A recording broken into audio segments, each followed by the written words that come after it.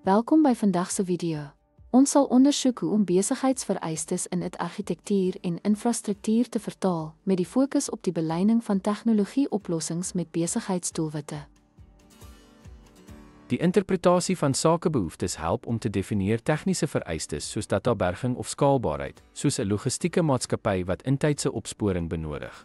Gebaseer op hierdie behoeftes, die keuse van geskikte infrastruktuur soos wolkdienste vir opstartondernemings of veilige bedieners vir banke is van kritieke belang.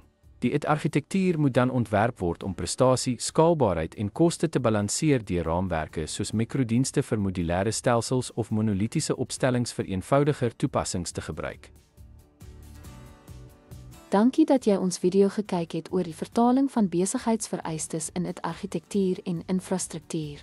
Om te verseker dat besigheidsbehoeftes en tegnologie ooreenstem, help om skaalbare en doeltreffende oplossings te skep.